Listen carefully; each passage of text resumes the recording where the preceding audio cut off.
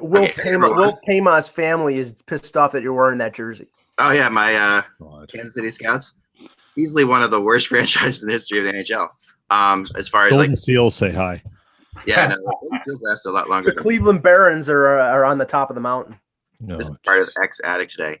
Man, I think that stuff behind me. I just realized how messy this whole place. My place is just like there's a foam head right there. If you can see it. Stuff everywhere. Heck, are you that back there is a dog house that I tried to turn into a gritty head. Heck, are you playing in the road company of Fargo somewhere or something? Well, for some reason, my house is the kind of house that in the summer, the air conditioning was broken for a long time. So now they fixed the air conditioner and now the heater won't turn on. So 35 degrees in here. So you've got a fur toque on. I do. But actually it's not just a fur toque, of course, because it's mine. It has a Bluetooth headsets in it. Of course it does. I do want to wish everybody a happy Bill Buckner Day too. $15.99. Happy Bill. I thought it was it said the 26th. Did it happen after midnight? 25th. But did it? 26th is probably when they won the next game. Okay. Also, a quick X Addict before we start the show, because we haven't done the X Addict in a while. And also, you guys aren't numbering the shows. We got to keep numbering the shows, and we'll do that today. On your ridiculous hat. Yeah. So I found this, which is a beer mug, and this is a beer mug, but it's I really like it a lot. I had it a long time ago, but it's on Amazon now. Again, I haven't seen it on Amazon for a long time, and someone just told me it was. So I looked at it. Booster juice in it. This is just a great old fashioned iced tea. But, yeah. Oh, it is. Oh, okay. All right. Yeah, no, you could call today's show Northern Exposure, because based on what we're going to talk about now. Yeah, I know. So this is amazing. So this is a great thing. You can find it on Amazon. It's like $15, but it's really nice. Anyway, cheers to sugar. Yeah, X Addict. All right, let's start the show. Should we? Yes. Sure, why not? It's too early in the morning, guys. I know for Peter it's even earlier, but I can't even take it. Here we go. Ready? All right. Hello, Hockey World. It's Thursday, October 25th, 2018. I'm Michael Agello, and happy birthday, John Anderson of Yes. There you go. I'm Peter Tessier. After a beatdown on the ice and at the polls in Winnipeg. I'm Russ Cohen from Sportsology, and I still have to remember what happened with Bill Buckner and remember that feeling because I haven't had a good feeling since. And I'm Macklin. You're watching the Hockey Buzzcast on hockeybuzz.com. This is episode 1196, I want to say. We'll make sure that's right later. And if you have a title in the chat room, let us know by the end of the show. Where the podcast comes every Monday through Friday to fill you in on the comings and goings in the hockey world. And sometimes we don't make it like yesterday. I apologize. That was all on me. But we have lots to talk about today, lots planned to get to today as well. And I wanted to start off with I wrote a little bit about this today in my morning blog. But I know last night the Jets Leafs game was obviously the game to watch. And we'll talk about, we have our Jets writer and our Leafs writer from Hockey Buzz on the podcast. So, but also just like in general, I would pay to watch that Stanley Cup final like that just because. As long as the Jets are not wearing those friggin' jerseys. Actually, they're growing on me. No, come on. They're growing on me a little bit. I mean, I don't love them, of course. I got to get past my anger for this. Okay, someone said they like my metaphors analogy the other day. So I'm going to throw an analogy out. Okay, so you dated a girl for a really long time, she's a beautiful woman and everything like that, and then you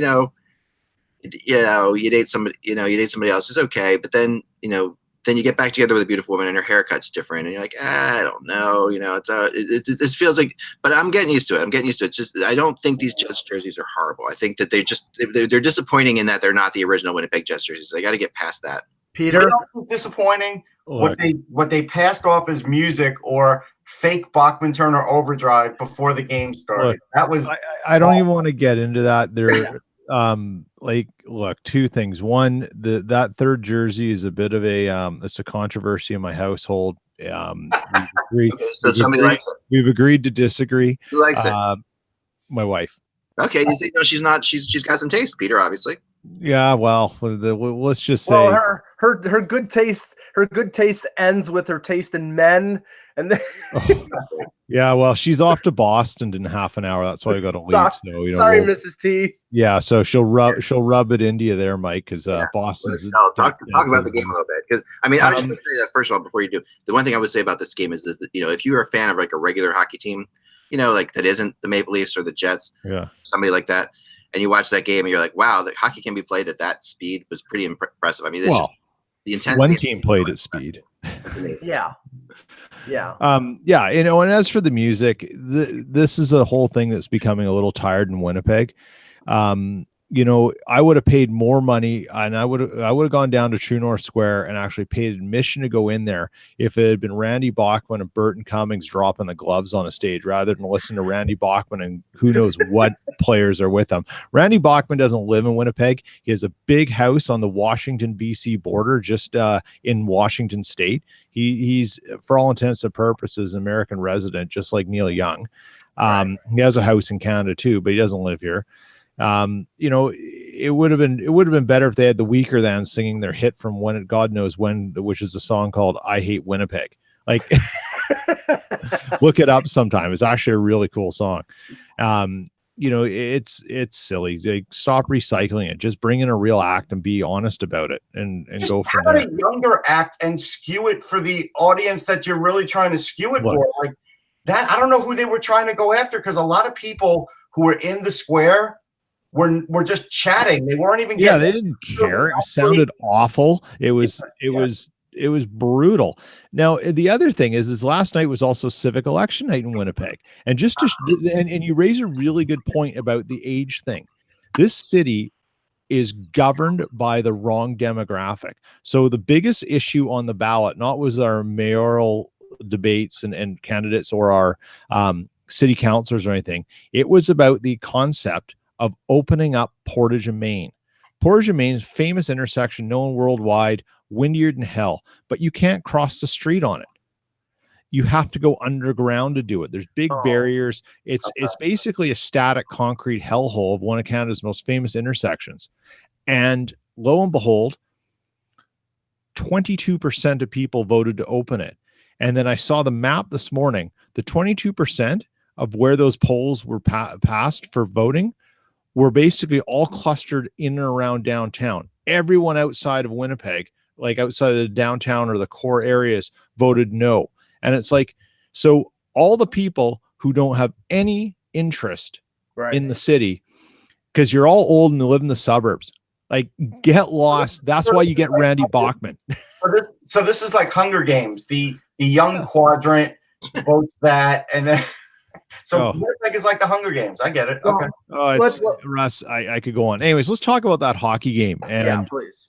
And I took a bunch of notes. I sat back last night, helped my wife do some travel stuff, and then we sort of sat and I wrote this morning. Took all my notes and wrote down. The Maple Leafs beat the Jets in two ways, the way I see it. One, they didn't stop moving. They were dynamic in their positioning and how they moved around the ice. The Jets were static in their own zone. The Leafs feasted on them with puck movement and positioning. And when you find Hellebuck stops the puck comes out, and your only pass you can make is 3 feet to Dustin Byfuglien, who's standing still. Right. You're gonna lose the puck, and they lost it so many times. The Leafs made life a mess for the Jets defense and their defensive systems. They exploited it so well, and bravo to them. Well, and to that point, I thought that the Jets were a lot more passive defensively than I ever expected them to be. I mean, one of the concerns, going into that game was the fact that the Jets are, quote, a heavy team, unquote, with big defense, with guys who can push people around. And they were sort of like on their heels, Peter, because I think they were afraid of getting burned by the quicker Leafs. And the thing is, the only goal I would blame Hellebuck on was the Kadri goal. Yeah, that was on the short side. The other ones I can't blame him on. I mean, Dustin Byfuglien was turned into a big pylon by Mitch Marner on the insurance goal. Yeah. But on the Leaf side of it, the thing is, they're up 3-0. They pretty much dominated the first 40 minutes. And continually, this team tries to, let's sit back and let's defend the 3-0 lead. And that's the worst possible thing for a team that can't play defense does. And they did it, and they let the Jets back in the game. And if it wasn't for Tavares scoring, I think 45 seconds or something like that, after that goal, the Jets would have bowled over them and won that game. So the Leafs, they were impressive last night, but they have to learn that they don't have the team right now that can play defense whatsoever. Well, I would agree with that to a point. I think their defense played okay. I think a little bit of that is score effects and, start of the third period. But you got to remember, the Jets are in the exact same position against St. Louis on Monday night. So you can't show up for the third period and expect to win hockey games night after night. Right. Like, this isn't going to happen. And that's what they've done 2 games in a row. And it's not good enough. The Jets have yet to play a game where you can say, you know what, for 50 minutes out of 60, because no team ever gives 60 minutes of pure effort, and dominates that way. They haven't even come close to putting 50 minutes in a game down that makes them look like what they are. Yeah. They had about a 3-minute period in the first where they looked like, hey, they were going to go toe to toe and this game was going to amp up and it was going to go back and forth. And then the Leafs just took over. And you know what it reminded me of, Peter? It reminded me of the opener last year. If you remember, the Leafs were back. I mean, there was that sequence of a couple shifts where Anderson was just getting pelted, and I said it was the MTS shooting gallery. Yeah, and they survived that, and then they get the Kapanen goal. And in the season opener, there was a rush for like the first 10 minutes where everybody was all over the Leaf net, and then they survived that early part, and then took over from there. Well, if I'm a Leafs fan, I think to your point, Mike, I'm worried that the Leafs let that happen to Anderson, because at a certain point in time, he can't be a guy who's taking pucks. And I don't know if anyone's asked Anderson, and you need to do this because it came up in an article with Brassard and Hellebuck about the new goalie pads, and they're complaining about bruising and soreness. Right. And I'm wondering if this is going to become an issue here. It is. If you're Ken Dryden. Yeah, Brian is very outspoken about it, Peter. Yeah, like we haven't heard the last of this goalie stuff. That's for sure. They're really fighting back about it. Here's the other thing that really got me about Winnipeg in this game, and of course, I don't watch every game, so you could be the ultimate judge, Peter. But as far as like gap control, they were giving the Leafs so much room to move that I was just like, what are you doing? It was like ridiculous the amount of space they had. They obviously the Jets problem. Go ahead. I was going to say the Jets, Russ, you're bang on. It doesn't matter whether the play's starting in the Leafs end or if they're trying to get out of their own end. The 10 feet before their blue line and the 10 feet after it is basically like Cambodia for them with minefields right now. It's so brutal. They don't know how to pass the puck. They don't know where to skate. And if the play's coming at them, they get completely turned around there. And if they're trying to exit, the forwards don't know where the defense is. It's a mess. They obviously Hellebuck saved them early in that game. They obviously didn't watch the video of the last 2 games against the Leafs because Pittsburgh and St. Louis had shut them down and cut off their speed by clogging up the middle. They didn't do that at all. They let the Leafs fly, and they ended up paying for it. And the funny thing is that I think that Winnipeg actually wanted to play more of a wide open offensive game because it was on, I don't know if it was because it was on NBC or whatever, but they wanted to play that up tempo game, but defensively they didn't play that way. And the thing is that in the other big game last night, Tampa Bay and Colorado, if you watched any of it, it was 1-0. It was just like it was when 2 dynamic offensive teams get together. This is the thing about the league that pisses me off. Pittsburgh and Toronto last week was 1-0 until the last few minutes of the third period. Last night, I'm all looking forward to Tampa Bay and Colorado. I watched the first period of that game. I turned off and watched the World Series. So it was just dreadful.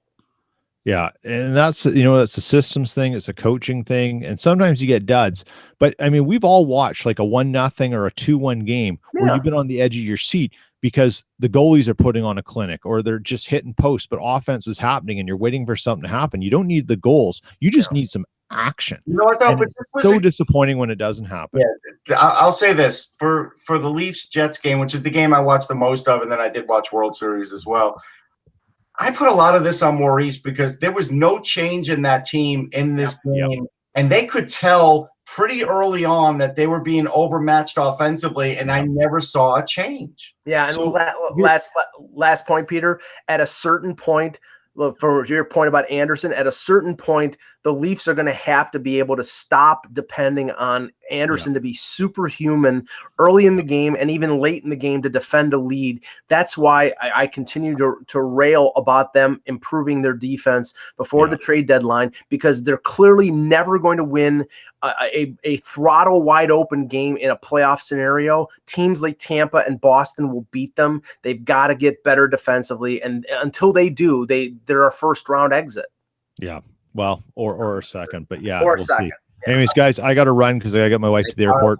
Take care, guys. Thanks, Peter. Another game that I watched, Eck, was I watched some of the Islanders Florida, where early on the Islanders were dominating that game. And yesterday, or 2 days ago, yesterday on Sirius XM, I had said what the Islanders need to do is they need to play a good defensive game and get decent goaltending.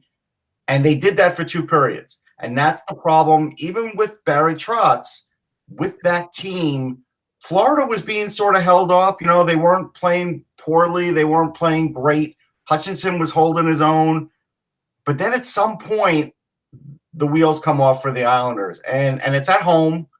And, you know, maybe that's why they switched that Tavares game to the Coliseum, because they realized this team is just dreadful at the Barclays Center. Yeah, no, I mean, I was going back on that one a little bit too, because, you know, and this is true, like, about young teams, right? And this is what I was going to say about Winnipeg too, because every once in a while, I mean, Winnipeg's a great team, but every once in a while you realize that they are a young team, you know, like, and they come off as young to me. Surprisingly enough, the overall, you know, I think I remember Maple Leafs are like the 19th, or they're kind of in the middle as far as age goes. Even though some of their better players, of course, are really young, but the Jets are really young all around for the most part. You know, if you take Blake Wheeler out of that lineup, they're the youngest team in the NHL. Yeah, and they look it sometimes, and because, you know, what you often see with young teams. And I remember Mario Lemieux one time, a quote. When I was a kid, I always remember this quote about how, you know, young teams can look like the greatest thing in the world or the worst thing in the world in the same period. You see that with Winnipeg, you know. And you see it with the Islanders too. You know, the Islanders don't have the upside that the Jets have right now. But just to that point about the venue change for that game, Russ. I mean, Arthur Staple came out and said that the reason that they were changing it was because I guess the Islanders were playing at Nassau the next night against some other team, and they decided logistically it was not great to have one game at Barclays on one night and then the next game at Nassau on the other night. I have a feeling the reason is I believe that's the first game that Tavares plays in New York. And Arthur Staple is putting out the PR version of that story. They knew when the season started, right, that, hey, Tavares was on the other team. They should have adjusted the schedule. They didn't. You know, Barclays doesn't have to let them do it, by the way. So who knows if the Islanders had to make some sort of payment to them to say, all right, you know what? Well, Barclays actually makes more money if they're not there. So yeah, but we don't know about that night. Like that night was probably already not scheduled. Right, that's true. Because they had a game. So I would think that the Islanders probably had to compensate Barclays for doing this. Because, again, this is last minute. This should have been done when Tavares was announced as a Leaf. They had all the time in the world to do this. But this happened so late is crazy. It does seem like it was last minute. It really does. Yeah. Now, the Vancouver Canucks leading the Pacific. I want to talk about that for a second. Okay. I mean, you know, a lot of things. I was writing today in my blog how wrong I was about the Avalanche, and, like, you know, and we can, you know, that game was a great game. I want to talk about that too, like you said, Mike. But the fact that the Canucks are, I mean, they're 6-4. They're not, like, the Pacific is not a great division right now in terms of, you know, no one's running away with it. But still, the fact that the Canucks are in this and in the running is really kind of more than remarkable, I think. Like, sure, that this is a team. I mean, you know, they were the easy team to pick out, you know, to finish last or second to last in the Pacific. And here they are, you know.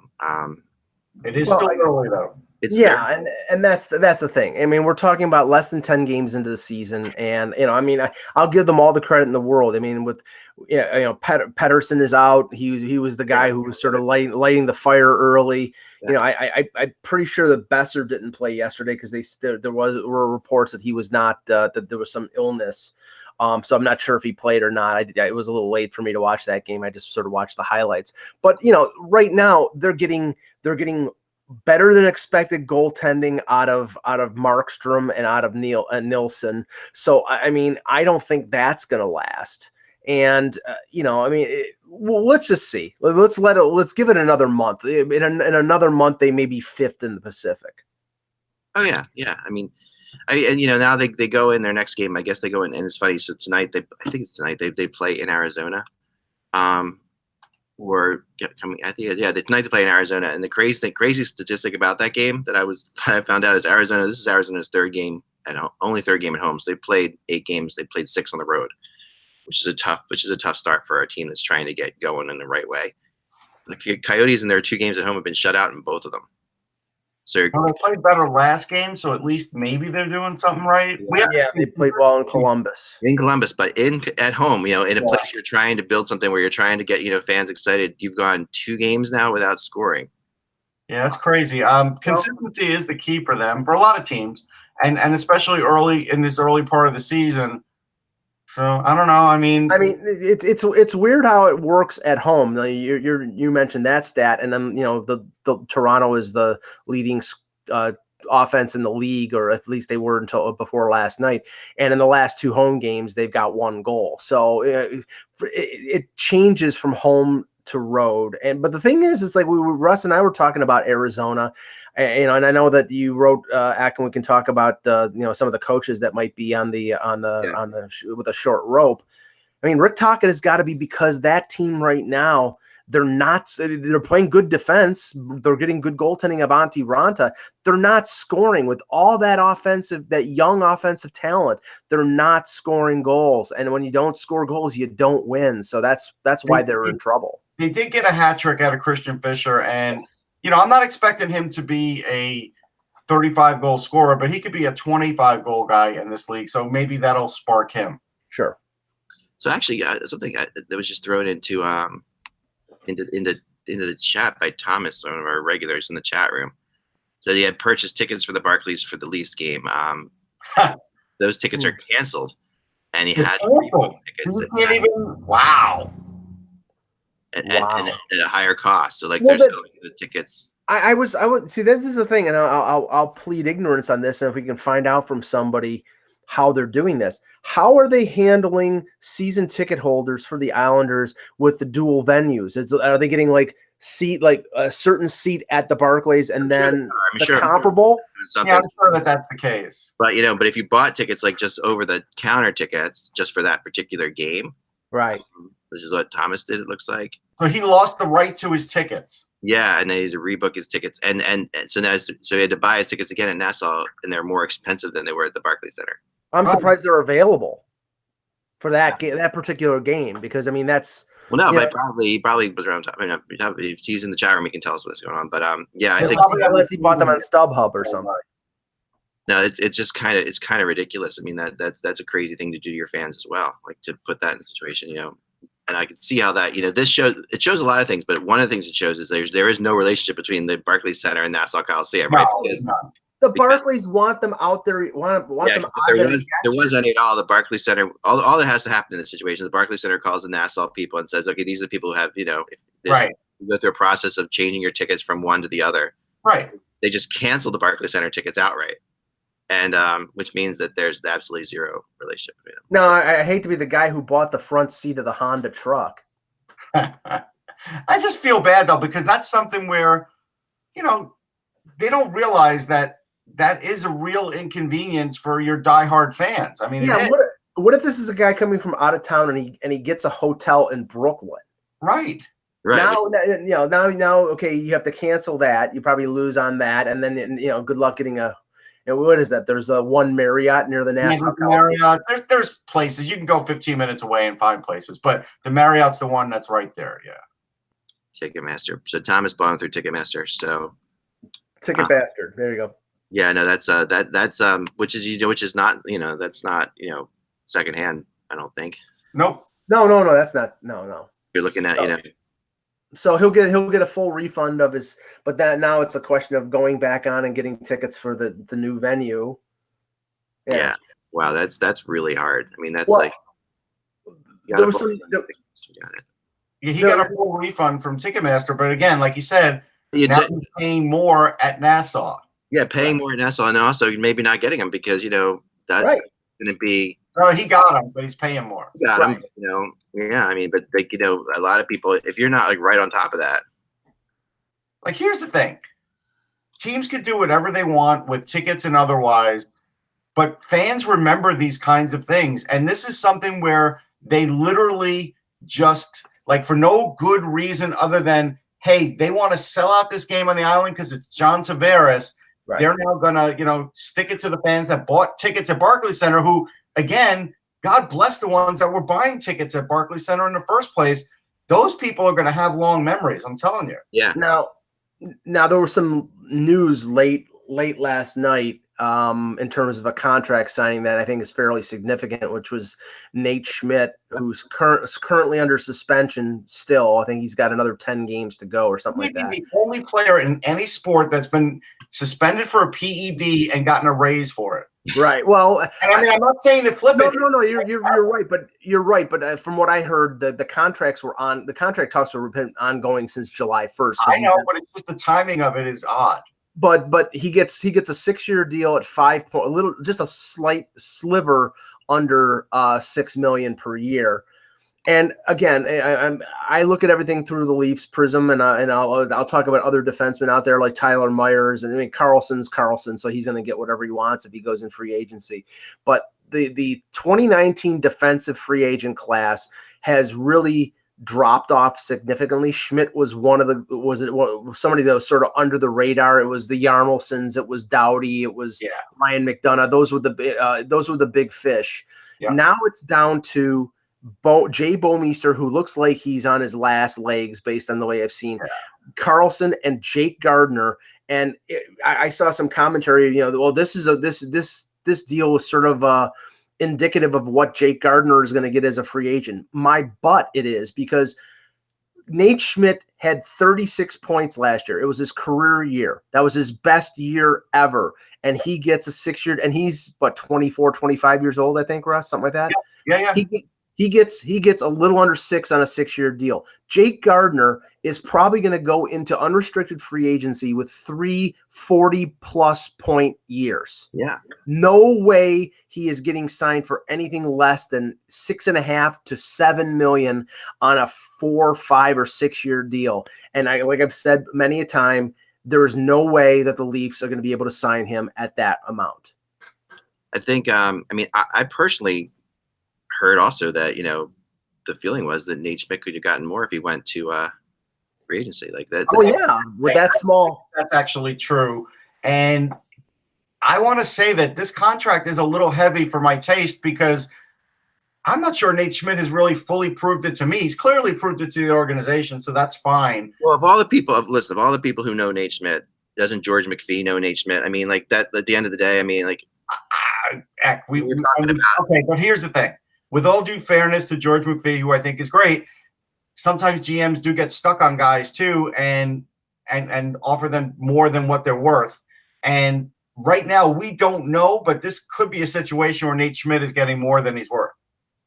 I think it's the opposite. Actually, he hasn't proved himself enough yet. Yeah. I mean, I'm a lot higher. I mean, personally, last year was the first year he actually had the ice time and the responsibility to prove himself, for one. And he did it, and I mean, to me, that when it comes down to it, he was a huge part of a team, probably the best defenseman on the team that went to the Stanley Cup final. You can say what you want about his numbers, of course, but he was really solid. I mean, he was. What's your guess? I'm going to put you into the guessing game. All right, I'm not going to play points for yet, because yeah. Last year, how many points did he get? I don't even know. 36. We're talking like this guy had 60 points or something. No, but what I'm looking at is this. I mean, and to me, first of all, he's a defenseman, so points are important, yes, and all that stuff. But for him, he's a number one. It is important.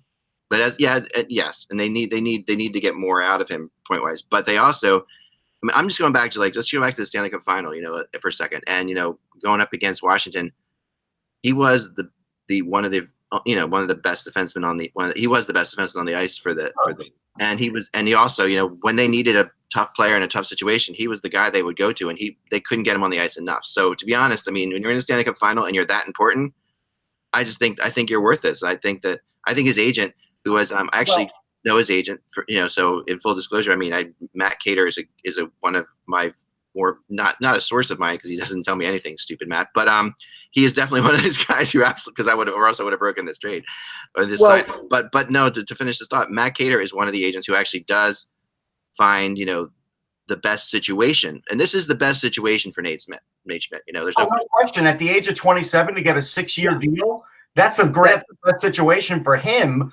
But that doesn't mean that's the best situation for Vegas, because he's also a speed guy. We don't know when his speed's going to run out, and you're giving him this contract at the age of 27.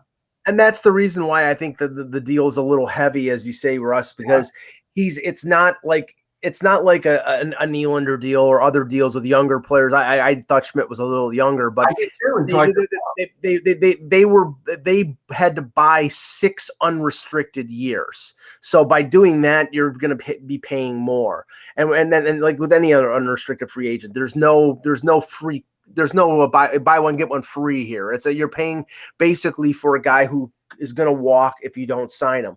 And they must like him in terms of the fit of the team, and we know that how he played last year and how he's a guy who's a puck carrier and sort of drives their offense. But again, it's what he's done. He had 1 year of 36 points, and he's getting $6 million. To me, that sets a benchmark for other defensemen, and somebody who's got a longer resume is going to get a lot more in free agency.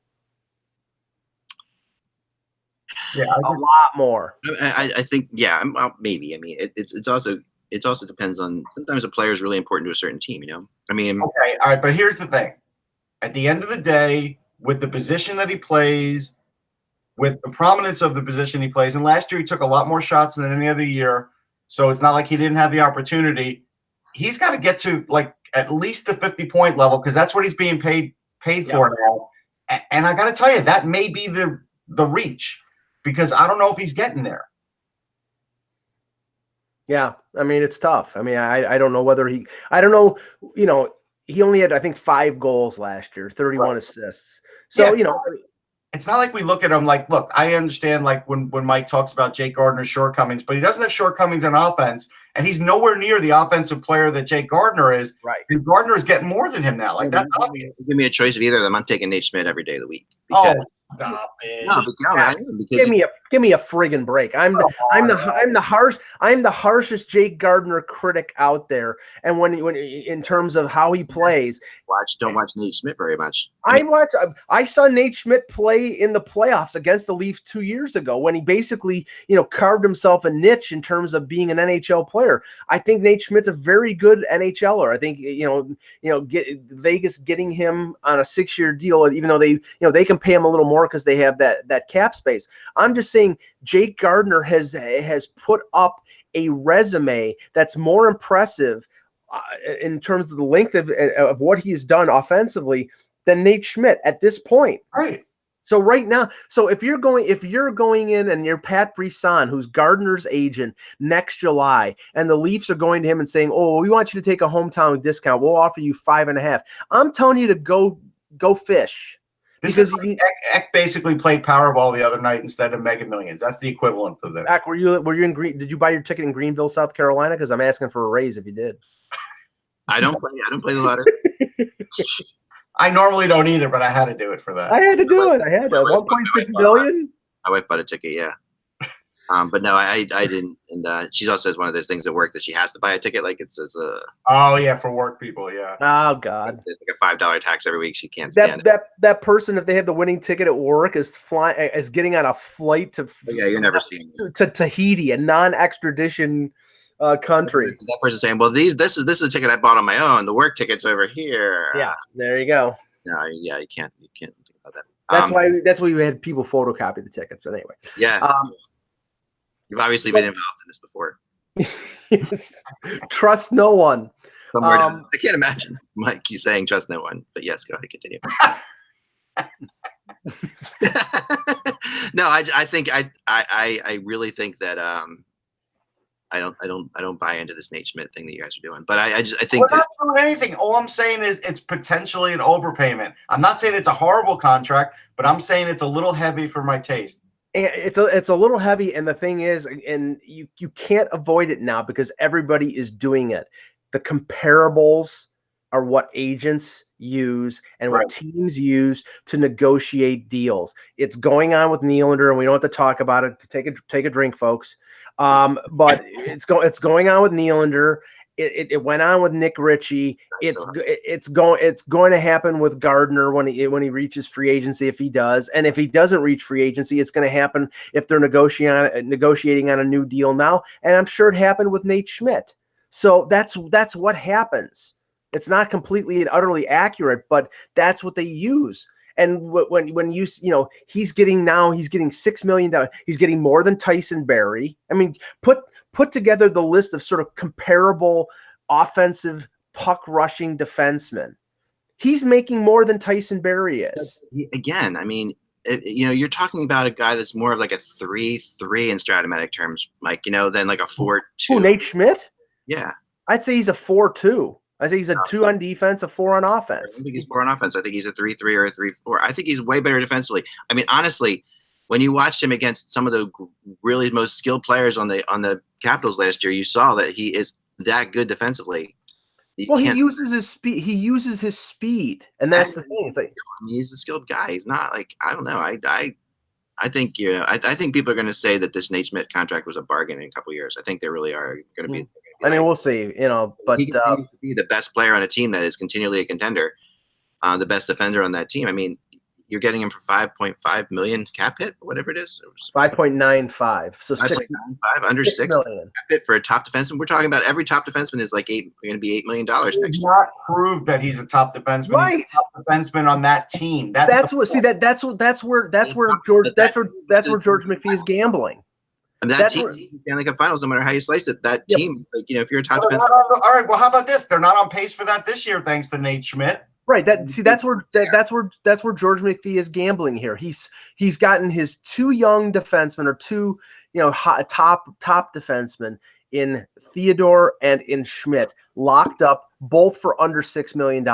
If they improve on what they showed last year, then he's got a bargain. He's got the bargain that you're saying he is. If he is what he is, and that's all he is, then he paid too much. Well, that's true with every signing. Right. No, but this one is an obvious one in the sense that there is no track record for other guys playing this position and getting the amount of ice time and the amount of points. If you do that and you look at it, and you have to look at it offensively first and defensively second because he's playing the one, you look at it, he's going to fall to the middle and bottom of that list compared to the rest of the league. He is. Yeah, and I'm looking it up. I'm looking up right now. I'm pretty sure. Yeah, he's making $50,000 less than Matt Dumba. I will take Matt Dumba every day, including Sunday. I would too. Sorry, I'm going to totally disagree with you on this one. You can disagree. Okay. You guys are really underselling him. I mean, Matt Dumba's a really good defenseman too, but Matt Dumba's contract was signed before this one, so the latest contract you can't. All right, that's fair. But I mean, I would take Matt Dumba too on my team for sure. But he's also 3 years younger, and he's also had a 50-point season. There's also a very specific way that the Vegas Knights play, and the speed his speed is not an insignificant part of this. Like the way that my Knights play is at high tempo, and Schmidt's very good at that. Schmidt's very, very good at the outlet pass to get the team going. Okay. I mean, that's what you've seen is missing this year. But Mike, you bring up a point that sort of got glossed over. Like when we just brought up Dumba, like last year he had 14 goals. I think he's got 3 this year. Mm-hmm. Nate Schmidt had 5 goals last year. Is he ever getting to 10? Because a guy who plays that one, if you go look at around the league, usually those guys are right around double-digit goals. Yeah, no, they of course they would be. And can he get to 10? Sure, he can get to 10. Okay. I mean, last year he didn't, and that was his best year. Yeah, but that's his first year with that kind of responsibility with that kind of team. So I don't know. I think you are gambling here. You're paying. I mean, he doesn't have like this huge resume like you would say Gardner has, obviously, but Right. he does have more potential than Gardner in my mind. And I think so. I'm looking. That's fine if you want to say that. I can't argue. Or I'm paying on past performance. I know most of the NHL contracts are usually on past performance. I'm going to pay more on potential here, in my mind. And I think that Gardner's an offensive defenseman who's been giving every power play for years, different situations, different kind of spots. And I think that I look at Schmidt as Vegas is a different kind of team. Granted, Gardner had some good seasons with some pretty bad Leaf teams, and that's that's where you can. But he also has some terrible seasons. So I mean, it's just like to me, Schmidt has been a consistently moving forward type of player to me. He's getting better and better, and I think that potentially you got, someone wrote he's also making slightly more than Andrew McDonald, so I'd take Nate Schmidt in that one. Well, all right, that's a no-brainer. I mean. And Matt also in the chat room also brought up the fact that an interesting Flyers controversy going around today kind of goes into the 5 coaches thing that I talked about yesterday. But yeah, so we're looking at so obviously Michael Raffl, the Austrian great who I talked about the other day. I cursed him. He's now hurt. Second I mentioned anybody like that, they get hurt. I mean, just look at it was literally that night they carried him off the ice. Last night, had a rough game after I said how good he was playing. Anyway, all right. So if you notice, I didn't even bring that up. Let's just throw that out there. But anyway, so Raffl's out, and we all thought that that this would bring Lindblom back into the lineup, which really I don't think he should be in the lineup anyway. I honestly think that Lindblom's he's one of their more skilled players. He's amazingly underutilized. A really good start this year. He did. I know. He's incredibly underutilized. I mean, the fact that Laterra is in the lineup and Lindblom doesn't make any sense to anyone, I don't think. All right. There's 3 things that don't make sense that you're making a great point on. The Laterra thing is one. Yeah. The Lindblom thing is the other. And then the insertion of Corbin Knight now, who, again, even if it's not true, we're all going to say, hey, he's from North Dakota, so now he's getting the Van de Velde treatment. But the idea here is Lindblom's still a young player, the same as Vorobiev. I think when you look from the press box for 1 or 2 games, that's fine. The more you sit up there, the worse it gets, though, for these young guys. And I don't know what Lindblom's really done to take himself out of the lineup other than he's not scoring, but nobody's scoring. So who cares? He's not getting he's third line guy, so he's not getting tons of time and he's not getting any power play time that I can see. Well, he was originally, and I don't think he's been lately. Right, but he's way more skilled than Vorobiev. I mean, just in general. Yeah. And Vorobiev, again, a really hardworking player who I think it's a great story when somebody like that makes a team. Vorobiev has a good skill level too, but you know what it is? The difference is Lindblom can do it along the wall and in tougher areas where Vorobiev, he doesn't shy away from that, but he's just not as successful with that. And Lindblom makes really silly, awesome plays that will just surprise. If you see him live, you see him on TV too, but he'll make a little tap pass or things like this that just surprise you. He's the kind of guy that I'm not going to compare him to Patrick Sharp, but he kind of reminds when Patrick Sharp was a Flyer, you saw little things that he did too that were really impressive. And Patrick Sharp was shipped out and then had an in course of really strong career. Yeah. Lindblom has that kind of thing, maybe even more so as far as little skills go. But his ability to score.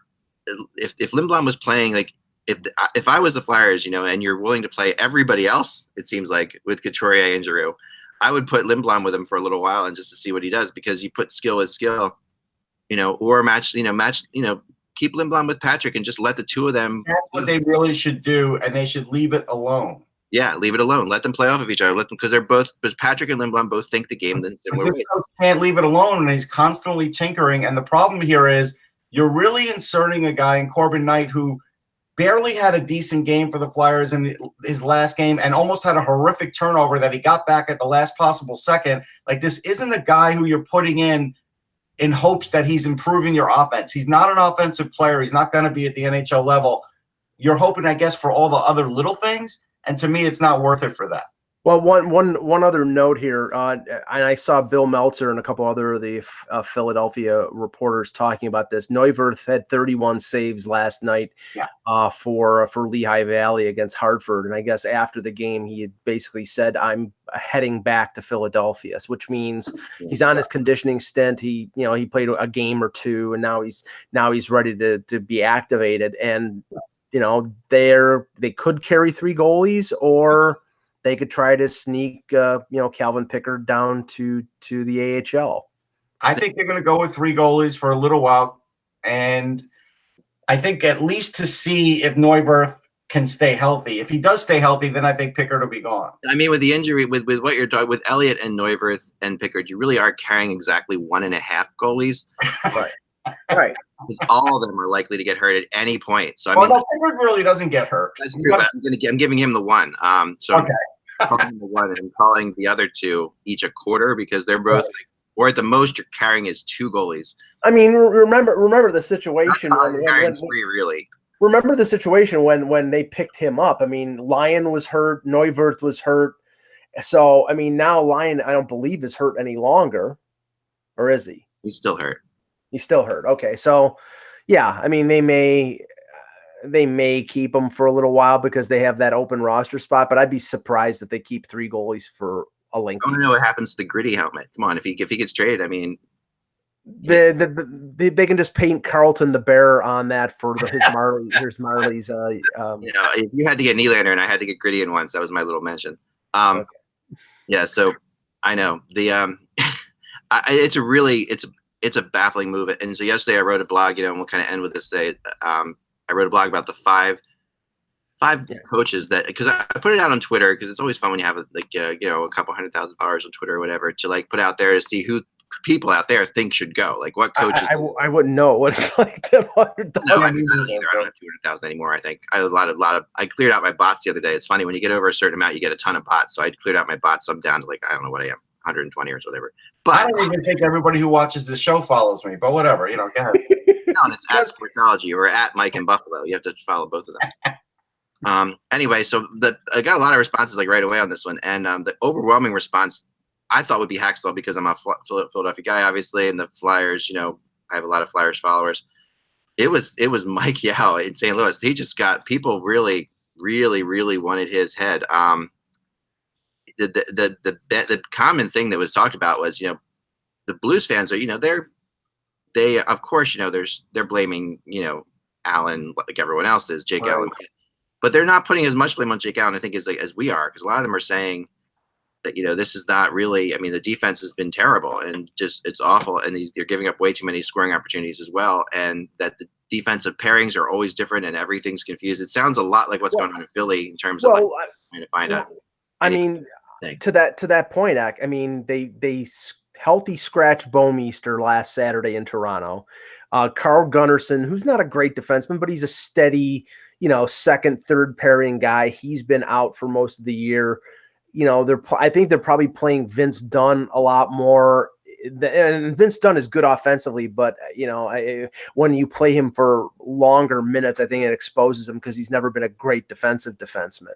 So I mean, that those are problems, but they should be covering up some of those defensive problems with their offense. Yeah. Their forwards are really good, but again, it comes back to Allen. They need Allen to make the big save, and he just doesn't do it. So, I mean, you can blame Mike Yeo all you want, but what's the old saying? You show me a good goaltender, and I'll show you a good coach.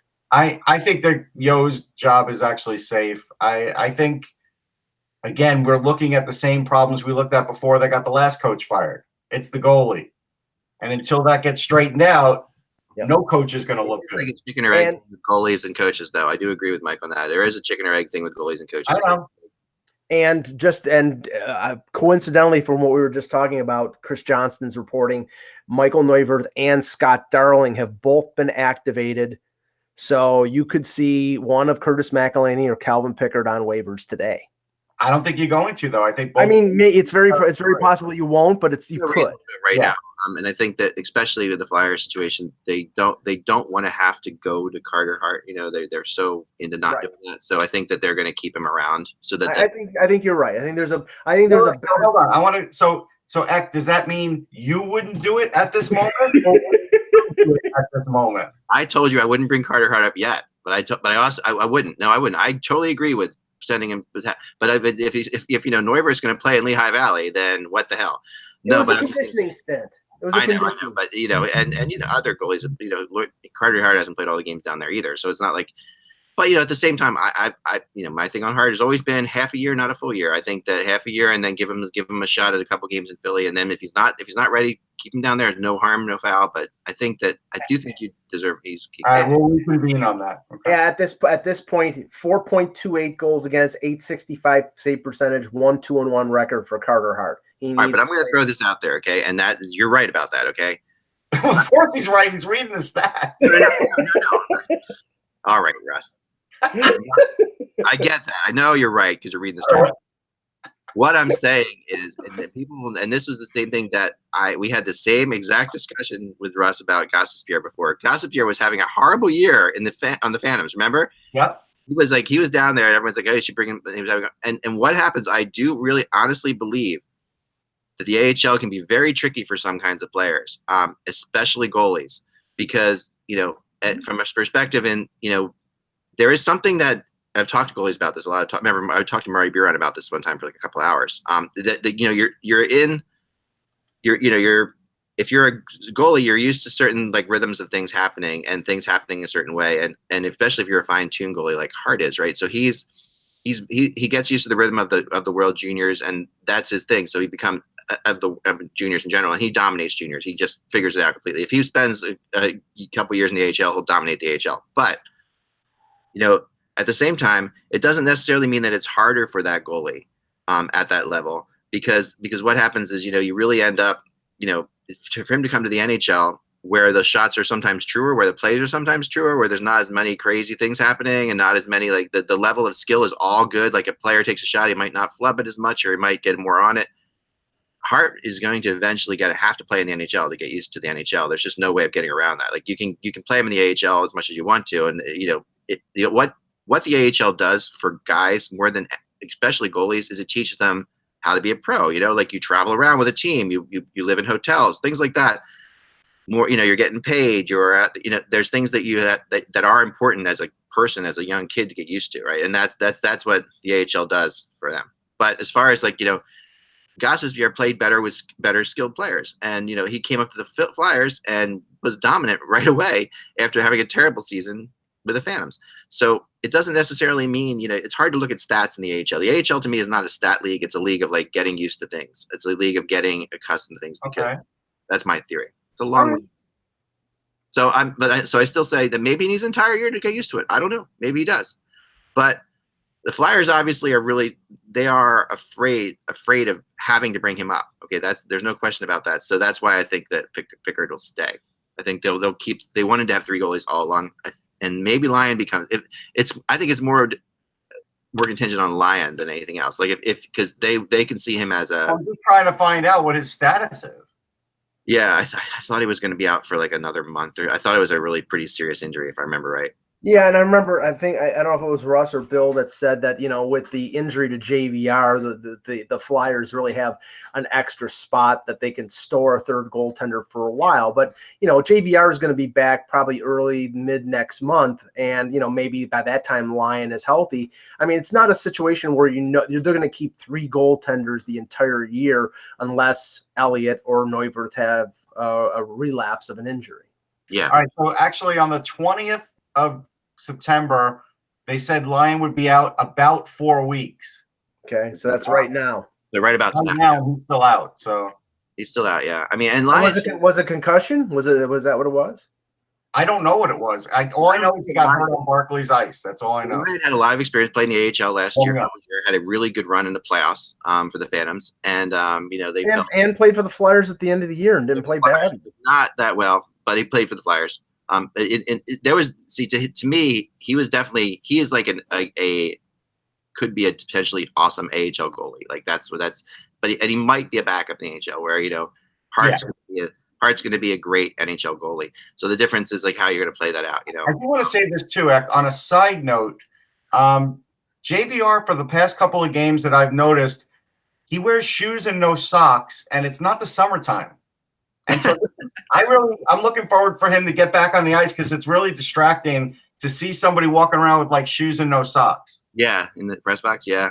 I mean, he should have lots of socks in Toronto. It got pretty cold in the winter. Showing his snooty North Jersey side there when he does that. Oh, that's what it is. Okay. That's what it is, definitely. I always associated North Jersey with snooty. Yeah, and no, you really should. There's a. I like, had a discussion. I like, don't know if I told you guys this or not, but I had a discussion one time with Brian Burke about JVR, and this was before JVR was a Leaf, and it was because I was fighting for JVR to be considered for the U.S. Olympic team, and I was talking to him about, and this is for 2010.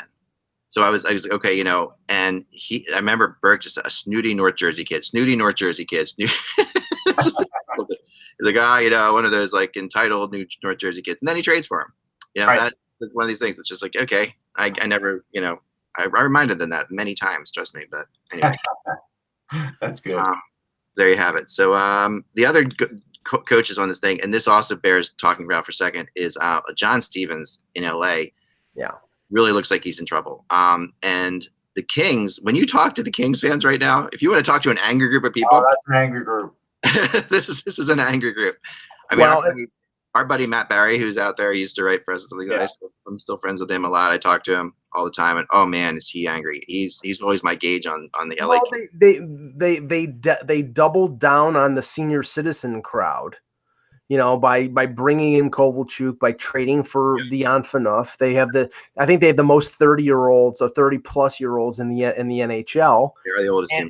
And when I saw them in Toronto a little earlier, a couple of weeks ago, they were dreadful. They were slow, and you know, they had Jack Campbell in goal, which I couldn't really blame. He's actually played pretty well for that. They actually played pretty well. So yeah, it's not the goaltending.